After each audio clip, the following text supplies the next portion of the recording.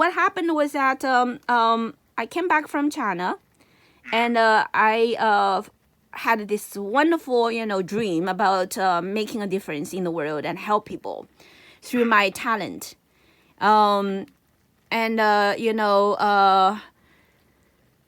got myself very busy. And Alan, meanwhile, Noah's dad, Alan, was going crazy at home because he was lonely.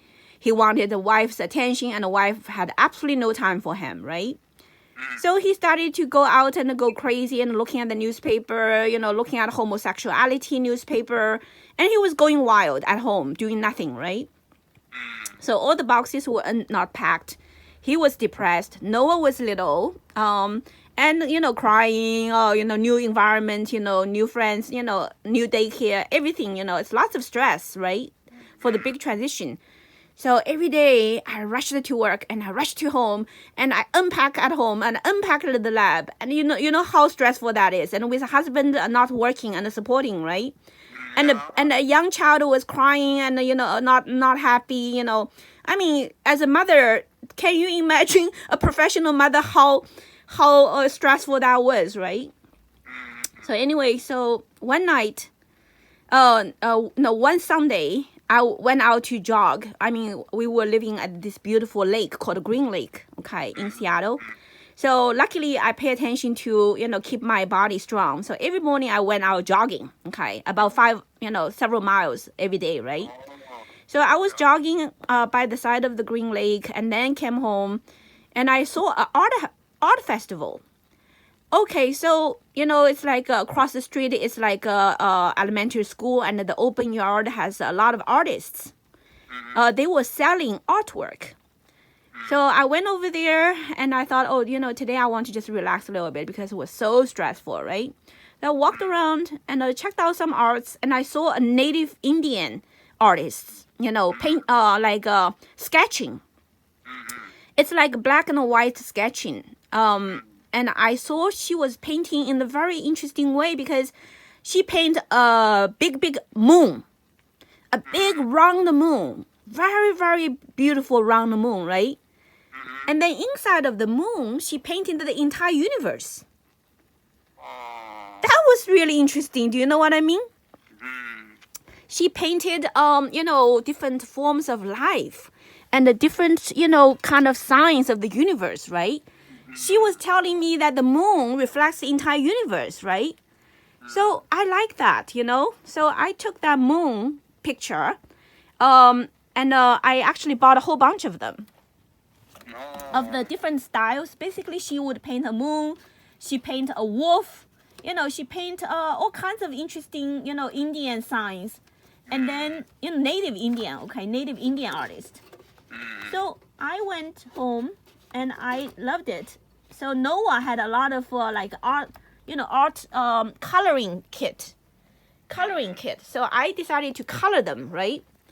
I thought that's really great relaxation, color some of the art of that, native Indian artist. So that night, Noah and Alan went to sleep and I stayed up and I started to color the moon. Okay. I was coloring the moon. And I was coloring the universe inside of the moon. And I became very happy. For the first time, I felt that my artist side, my poet side, all came back to me. So I was very happy. So I finished all that.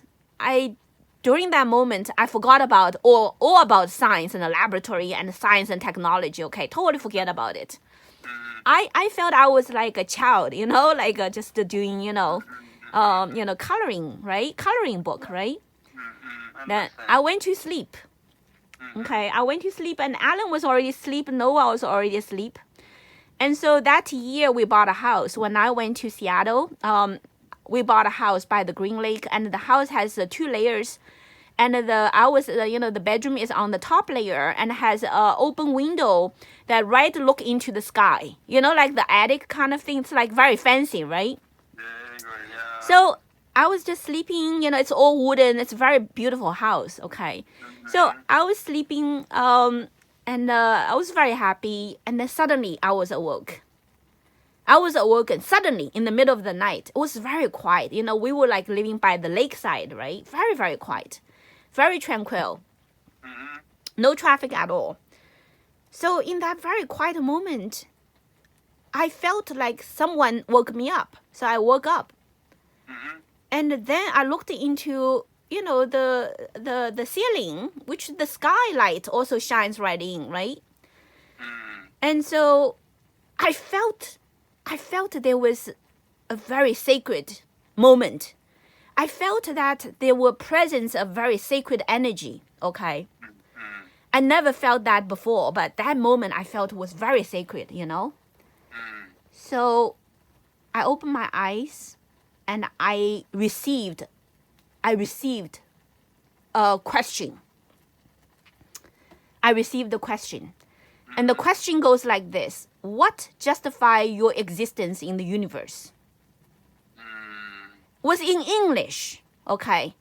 It was exactly like that. What justify your existence in the universe?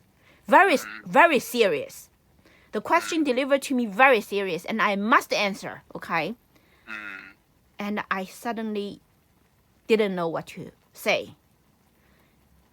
I mean, before when I was anybody give me a question, if I was like regular time, if anybody asked me a question, what justify your existence in the universe? Looking back, it would be very easy for me to answer that question.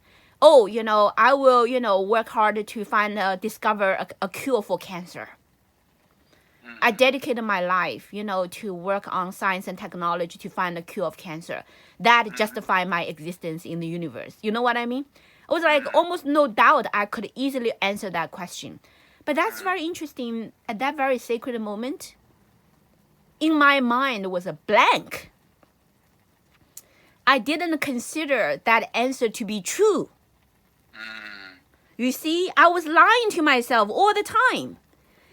My true self didn't recognize that that's the true purpose of my living, okay? Although my human side always believed that was my true purpose of living. But the deeper side, or the true side of me, never considered that to be the reason of my, being in the human world, okay? So I didn't answer that. I was just blank. My mind was blank, okay? And since I failed, I felt suddenly there was a very powerful force. Very, very powerful. And suddenly caught me. Now, it didn't catch my physical body. It's not my physical body that got caught. It's my other body that I didn't even know I had it. But at that moment, I felt that my other body that's invisible, intangible, but truly always there, and I just didn't pay attention to it, suddenly was caught by a hand. And then the hand was dragging me down, okay? I got scared. So I was using my physical body hand to hold the bed. I was like, I don't want to be dragged down. I want to stay here, But I felt that human hand has no power to prevent my, body to be dragged down. So I was very scared. I was looking down. When I was looking down, I saw this. Suddenly my vision showed me that there was a hole underneath me. And that was so deep, so dark. And I was being dragged into that, bottomless black hole. Do you know what I mean? Whoa, I recognize that's called destruction. Do you know what I mean? Was like, suddenly my spirit got alert, right? When I got so alert, again, it was my other body. That's not this physical body. Suddenly delivered an answer. Was very clear. Guess what that answer is? I am a mother.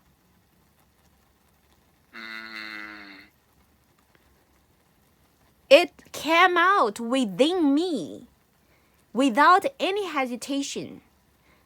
My answer was, I am a mother.